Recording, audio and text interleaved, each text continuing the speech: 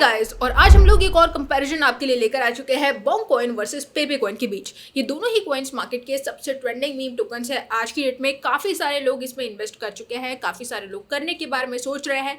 आज के इस वीडियो में हम जानेंगे कि इन दोनों में से सबसे बेस्ट कौन सा है, कौन आपको जल्दी से जल्दी कम समय के अंदर ज्यादा प्रॉफिट्स देने का पोटेंशियल रखता है और किस तरह से ये कॉइन्स आपको पंप होते दिखाई देंगे। मेक श्योर आप इस वीडियो को लास्ट तक देखिए। साथ ही में क्रिप्टो से रिलेटेड ऐसे ही वीडियोस को देखते रहने के लिए चैनल को सब्सक्राइब करना बिल्कुल भी मत भूलिएगा। साथ ही में यहाँ पर आप हमारे टेलीग्राम ग्रुप को भी ज्वाइन कर सकते हैं, जहां पर आपको प्रीमियम सिग्नल्स मिलते रहेंगे।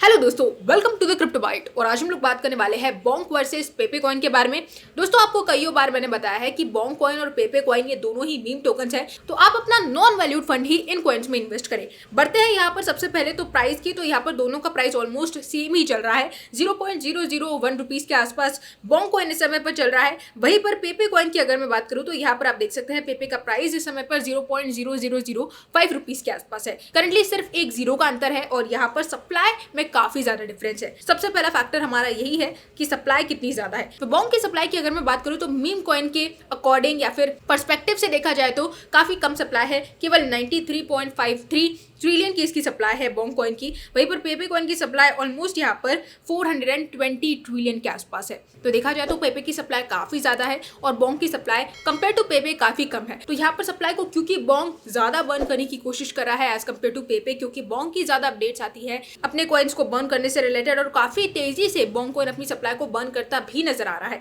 करंटली भी अगर हम देखें तो यहाँ पर 1.2 बिलियन की सप्लाई को बॉन्ग कॉइन बर्न करता नजर आया। वहीं पर पेपे की बर्निंग से रिलेटेड कुछ खास अपडेट्स हमें देखने को नहीं मिलती है। बहुत महीनों के अंतराल में यहाँ पर बर्निंग समय पेपे से रिलेटेड देखने को मिलती है। तो यहाँ पर सप्लाई के मामले में, प्राइस के मामले में ऑब्वियसली बॉन्ग कॉइन काफी तेजी से ग्रो कर रहा है। उसी के साथ में कम्युनिटी की भी बात कर लेते हैं। यहाँ पर आप देख सकते हैं जो लॉन्चिंग है उसके ऊपर सबसे पहले ध्यान दे तो यहाँ पर बॉन्ग कॉइन लॉन्च हुआ था लगभग 2022 की एंडिंग में, यानी कि 23 की शुरुआत ही पकड़ लीजिए। तो यहाँ पर 23 से मार्केट में बॉन्ग कॉइन चला आ रहा है। एक साल हो चुका है इस कॉइन को और इस एक साल के अंदर काफी बढ़िया परफॉर्मेंस इसने दिखाया। ओवरऑल बात की जाए तो 20,000% की ग्रोथ हमने बॉन्ग कॉइन के प्राइस में देखी। वहीं पर पेपे की जहां तक मैं बात करूं तो पेपे कॉइन बॉन्ग के केवल 3 से 4 महीने बाद ही लॉन्च हुआ है मार्केट के अंदर और केवल एक हफ्ते पहले ही पेपे ने अपने एक साल पूरे किए और इस एक साल के अंदर 12,000% की ग्रोथ दिखाता नजर आया। तो यहाँ पर ओवरऑल ईयरली ग्रोथ में भी बॉन्ग कॉइन पेपे से काफी ज्यादा आगे चल रहा है। उसी के साथ में यहाँ पर परफॉर्मेंस वाइज भी बॉन्ग ने काफी अच्छा परफॉर्म किया,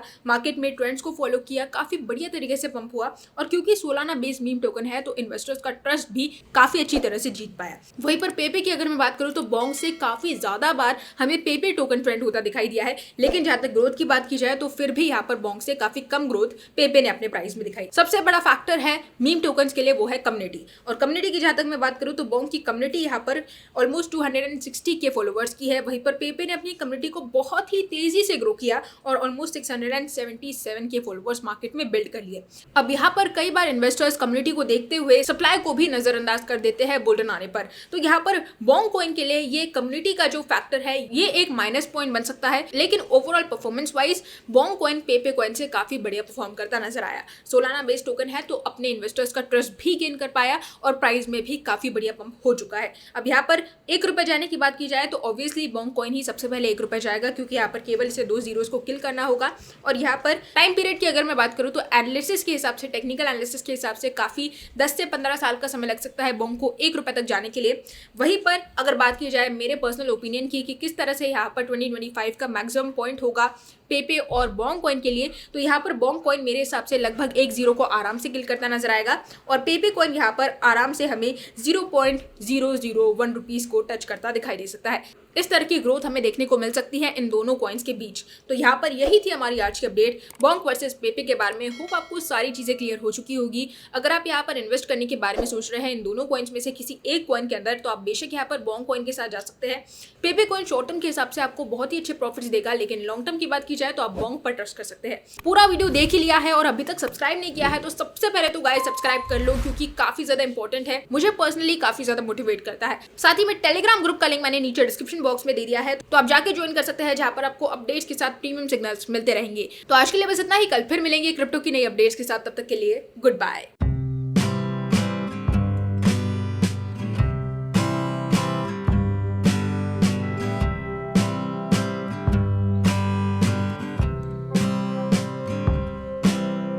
है।